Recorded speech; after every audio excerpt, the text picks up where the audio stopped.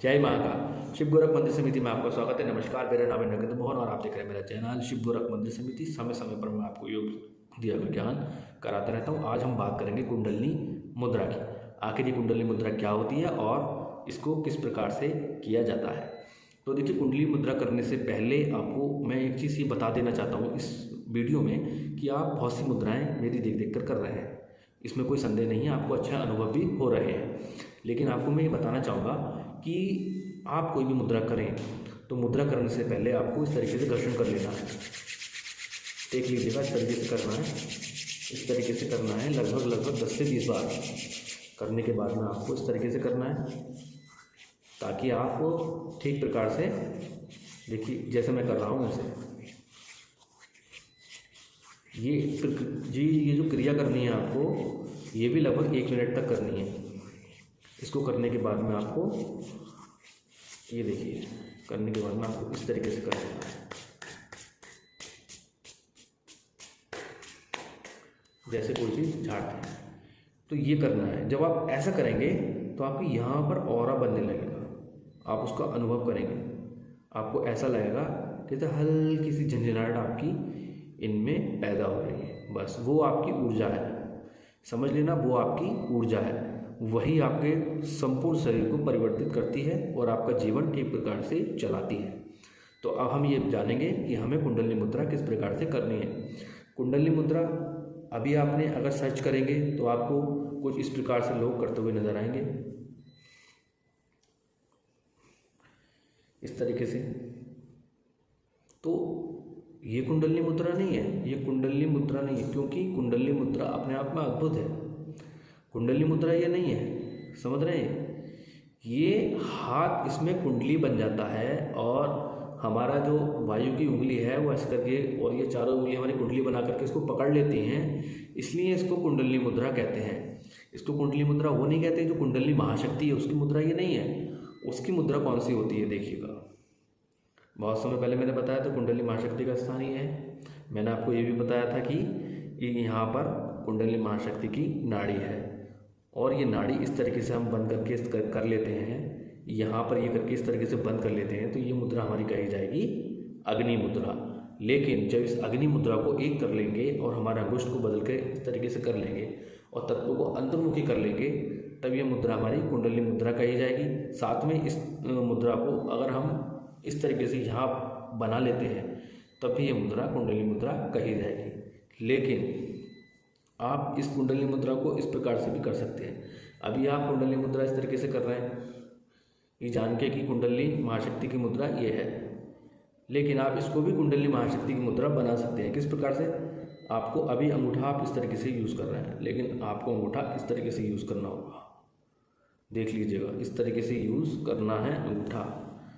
अंगूठा इस तरीके से यूज़ करने के बाद में आपको ये 3 उंगलियाँ इस तरीके से लेनी है यहाँ, और ये अंगूठा इस तरीके से लेना है यहाँ, और यहाँ लेने के बाद में यहाँ इस तरीके से कर लेना है। तो लो, ये कुंडलिनी महाशक्ति की मुद्रा है। तो जब आप इसका अनुभव करेंगे तो आपको कुंडलिनी महाशक्ति का ध्यान होगा, ज्ञान होगा। किस प्रकार से आप कुंडलिनी महाशक्ति का ध्यान करें, ये भी जानना जरूरी है। तो आपको ध्यान किस प्रकार से करना है? ध्यान करने के लिए आपको मूलाधार चक्र का ध्यान करना होगा। मूलाधार चक्र में आपको जो हमारी रीढ़ की हड्डी है, जहाँ पर हमारी रीढ़ की हड्डी खत्म हो रही है, यहाँ से स्टार्ट होती है, नीचे से खत्म होती है। तो जहाँ पर रीढ़ की हड्डी खत्म हो रही है, जहाँ खत्म होने के बाद में जो नौच है, आप जब उसमें उंगली से देखेंगे, अपने देखिएगा, तो बहुत उंगली ऊपर की ओर चली जाएगी आपकी, लगभग इतनी एक उंगली अंदर को चली जाएगी। तो आप कभी भी देखिएगा, मेरी वीडियो रोक करके आप ये अनुभव कीजिए। आप पीछे से ये देखिएगा, जब इस तरीके से करेंगे तो उंगली आपकी ऊपर जाएगी। तो वो जो स्थान है हमारे ब्रह्म नाड़ी का है। ब्रह्म नाड़ी वहाँ पर व्याप्त रहती है। ब्रह्म नाड़ी से पहले जो स्थान है वो सुषुम्ना नाड़ी का स्थान केंद्र बिंदु है। सुषुम्ना नाड़ी का स्थान यहाँ है। सुषुम्ना नाड़ी से ओतप्रोत होकर के अंदर ब्रह्म नाड़ी है। उस ब्रह्म नाड़ी के अंदर हमारी कुंडलिनी महाशक्ति विराजती है, जो हम मनुष्य को एक अलग प्रकार से चलाती है। चलाने का उसका तरीका अपना नया है, उसका अपना एक अलग अंदाज है चलाने का, क्योंकि वो सुप्त अवस्था में पड़ी रहने के बावजूद भी मनुष्य को अपनी इच्छा के अनुसार ही नचाती है।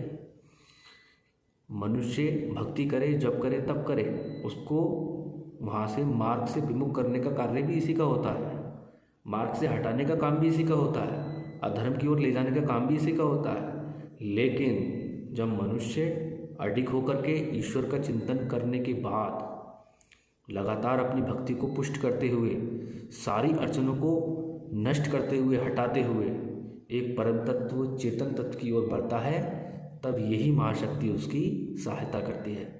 जब ये महाशक्ति उसकी सहायता करने लगेगी, तब उसके अंदर नए नए बदलाव होंगे, नए नए चमत्कार होंगे। उसको स्वयं खुद पता नहीं लगेगा कि उसके साथ में क्या हो रहा है। ऊर्जा का महासंगम उसके साथ में रहेगा। हर समय दिव्य प्रकाश उसके सामने रहेगा। लोग उससे मिलेंगे, लोग उससे मिलने की कोशिश करेंगे, आकर्षण शक्ति उसके अंदर बढ़ जाएगी। पशु पक्षी जितने भी धरातल पर जीव हैं वो सब उससे प्रेम करेंगे, प्रेमी बन जाएंगे। तो ये एक चमत्कार उसकी बॉडी में होगा।